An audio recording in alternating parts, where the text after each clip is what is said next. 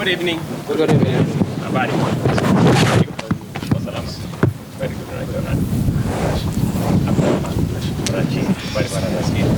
Hello, madam. How are you? Fine. Habari yako? Very good. Naitwa nani? Abdikadir Ukash from Kuala Lumpur. Ukash. Yes. Okay. Halima. Halima, habari? Mzuri. Very good. Salama. Habari yako? Hamza, habari? Salam. Very good. Hello. How are you? Nurdin. Yes. Okay, Nurdin. Okay. Habari yako? Yes. Abdurrahman, how are you? Yes. Karibuni sana. Karatasi soko. Yes, good people. Okay. Habari zenu? Kumbe kuna watu My name's Nurdin Elmoge. I work with Nation TV and OGFM. Good evening. My name is Faisal Abdurrahman. I work with Citizen TV, Northeastern Region. Good evening, Mr. President. Karibu nyumbani. It's a pleasure to have you. My name is Abdikadir Ukash from Kuala Post. Good evening, Mr. President. I'm Halima Kahie, CEO of Wajir Community Radio in Wajir County. Your Excellency, karibu Wajir. My name is Abdurrahman Rashid. Kutoka kampuni inaitwa ARF Media Limited, a digital media house based here in Wajir County. Welcome to Wajir, Your Excellency. Uraia wa sehemu hii ya Northern Kenya iliwekwa taswishi. You know, the citizenship of the people of Northern Kenya was contested.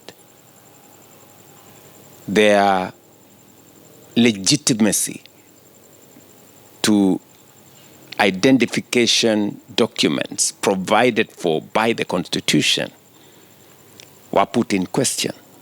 And there was discrimination, and there was selective application of standards.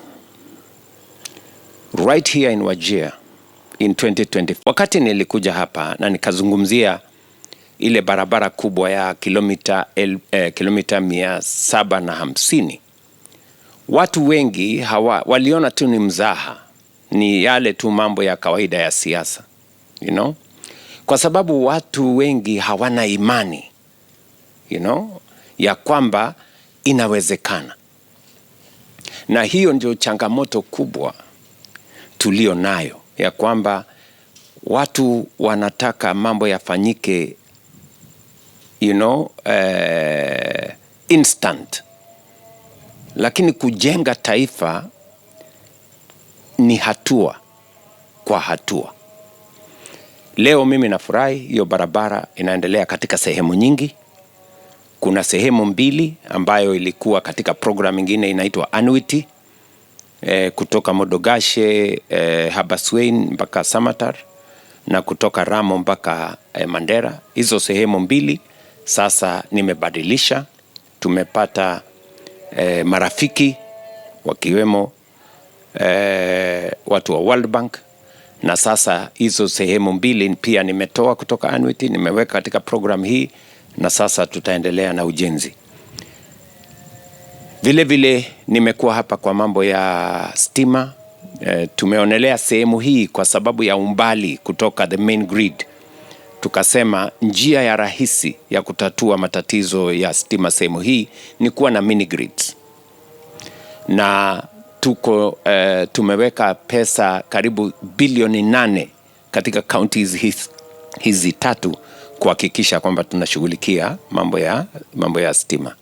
Leo basi tumekuja hapa kuwa na maadhimisho ya kwanza ya Madaraka Day kwa miaka 63 ikifanyika katika sehemu hii ya Northern Kenya, ambayo iliitwa Closed District, ikaitwa Northern Frontier, ikaitwa majina mengine mengi. Lakini leo hapa Wajir, Kenya mzima wamekuwa hapa, na sherehe ya Madaraka imefanyika Wajir kwa stadium ambayo tumejenga, kudhibitisha ya kwamba pande zote za taifa letu la Kenya ni sawa. And I am very, very, mimi nimefurahi sana. It was very emotional. I didn't know that it was going to be this emotional for me. I can understand that it is emotional for the people of Northern Kenya. But that emotion is not just about the people of Northern Kenya. It's about the people of Kenya. That we are one people, we are one nation, and we have one common destiny. Pengine I mean, those kids were just out of this world. And they confirm that all our children deserve the best from us. And we should never, ever discriminate against any part of Kenya, because those children are innocent. They want a future like their colleagues everywhere in Kenya. And that is precisely the reason why I sat down with the leaders of this Northern Kenya. And I did so when I was Minister for Education. I remember I sat down with the MPs and I told them, look here, you must persuade the people of Northern Kenya to go to Teachers Training College so that they can come and teach the children of Kenya. I'm very happy that several years down the road, we now have 4 functioning teachers training colleges in Northern Kenya. As I said in my statement, we have close to 4,600 today students training as teachers in those colleges. I did instruct affirmative action by the Teacher Service Commission. We've hired an extra 1,800 teachers beyond what TSC have hired across the country, just to make sure that the children of Northern Kenya, many of whom have had very serious shortages of teachers in their classrooms, have a teacher before them. We have built classrooms across Kenya, but specifically, I have given instructions to the Ministry of Education that the 1,600 laboratories that are being built, they should target marginal areas where students have never seen a laboratory, where a student reads about a Bunsen burner and a test tube and all the other gadgets that are used in laboratories. And I'm very happy that that progress is ongoing. CS Julius Migosi and his team are doing a great job in making sure that we create equity in that space. The road from Nairobi or Isiolo to Mandera did not happen when I became president. That road was always there. The first president did not do it. The second did not do it. The third did not do it. The fourth did not do it. I'm doing something about it. In my first 3 years, a good section of that road is already underway. I will be in Kotulo tomorrow to look at what is going on. I will be in another section in Wajir tomorrow, just to inspect what is going on. One thing I want to promise you is that it is my commitment that whatever it is, that road will be built, God willing, in my time, just to make sure that the prejudices of the past can be eliminated so that investment can come to this region. Let me tell you, Halima, a road is more than tarmac. A road is bigger than just, a place for cars to use. It is way bigger. It changes, places, creates economic activity, makes it easier to transport goods to markets, makes it easier for people to travel, brings about investment. So it's a major thing. And I know that full well because I've been around for a while. So I will do my best. God willing, I should be back here before September, and all the procurement issues will be done. But that is just for those 2 sections. The other 9 sections are going on. I want to assure this nation that we know what we are doing. You know? We have many partners. I will give you an example. We've had the challenge of COVID before. We now have the issue of Ebola. But I want to assure this nation that the government of Kenya has made adequate arrangements. We have deployed every arsenal that we have to make sure that we protect Kenya, that we deal with the challenge. We have made preparations for isolation units, for surveillance, for treatment. In 23 counties, we have activated different mechanisms, and different hospitals have been already set up to make sure that if there was a case of Ebola in Kenya, we would know what to do with it. As I talk to the country this evening, we are screening every day any visitor who comes to Kenya. All our borders are on high alert. All our borders, land borders, air borders, are already activated. There is surveillance, there is screening. On average, we screen close to 3,000 people every day who either come to Kenya or are in transit, to make sure that those who show symptoms, we quarantine them, we isolate them, test them. Fortunately for our country, not a single person tested has tested positive for Ebola. And I want to ask leaders and citizens who have any doubt on the level of preparedness by the government of Kenya, that they should not have any such doubt.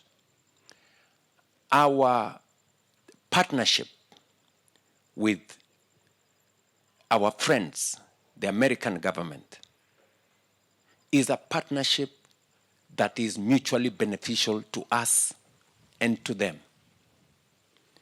When President Trump asked the government of Kenya to support them by having a center in Laikipia Air Base, I gave the okay, because it was an agreement and a partnership with friends who have worked with Kenya for 30, 40 years. The American government has supported us. They have deployed huge resources in Kenya to work with us on HIV/AIDS, to work with us on other diseases. They worked with us on Ebola. In fact, KEMRI was one of the institutions that worked on research on the vaccines for COVID, because we have a solid partnership with America and other partners.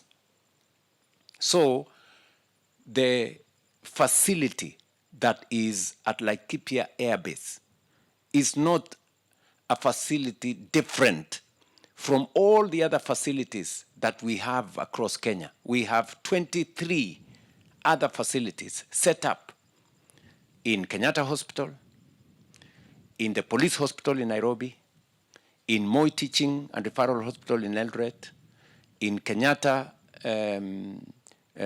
Hospital in Thika, in Alupe Hospital in Busia, and in many other areas. And these facilities are meant to make sure that there is proper screening, and if there is any positive identification of people who have Ebola, then immediately they are isolated, they are treated so that we avoid any spread of the disease. So I want to ask those who are questioning our preparedness or our preparing to make sure that we deal with a challenge if ever it gets to our country. What are they telling us? They are telling us we should not prepare. Are they telling us we should not be ready? And the fact that we could end up with a case is not far-fetched. We have security people serving in Congo DRC. We have thousands upon thousands of Kenyans in DRC. If, for whatever reason, they were to become victims of Ebola, we would have a responsibility as a country to treat them. We would have a responsibility to our citizens to make sure that we take care of them. What the American government is doing is to work with us in partnership to build the capacity to make sure that if ever we needed a facility, that facility will be there to serve the people of Kenya and to serve our friends, including the Americans. And let me say this, for the avoidance of any doubt. This is not the first time we are doing such a facility with partners. During COVID, we built a whole facility. I am wondering why anybody would want to politicize, to mobilize negative politics on a matter so serious as a pandemic. You know, we are a responsible government. We know what we are doing. So people should relax. You know, politicians should avoid reckless, unnecessary talk that doesn't mean anything. I am very confident about what we are doing as a country. I can assure the people of Kenya that the agreement between the government of Kenya and the American government is for the good of our country and for the partnership that friends like the American government have demonstrated to us over time. They have deployed huge resources. They've given us a grant of close to 200 billion Kenya shillings to support the building of our health infrastructure. They've done it before. It's not the first time. They're doing it again because that is the nature of international solidarity. That's the nature of friendship and partnership with people whom you share common values, like the way we do with the American people. So I say this just to make sure that anybody who wants to know what it is, this is from me. The same way I am serious and committed about making sure that every citizen, irrespective of their financial or social status, has access to health. It is the same commitment that involves our commitment to dealing with pandemics, including Ebola. Those who are complaining about us holding Madaraka here, They have done absolutely nothing about the situation in this part of the world. It is my administration that is changing northern Kenya practically, with roads, with electricity, with water, with housing, with markets, with hostels here in northern Kenya. And it just confirms to you that those people have no vision, they have no plan, they have no agenda. They have nothing to offer except criticism for the sake of criticism. And they will blame everybody except their own ignorance and their own incompetence. When those people had an opportunity to lead, they did nothing about northern Kenya. Absolutely nothing. Some of them have been in leadership for long, right? So I don't think we should bother ourselves with those ones. Those ones are just wasting our time.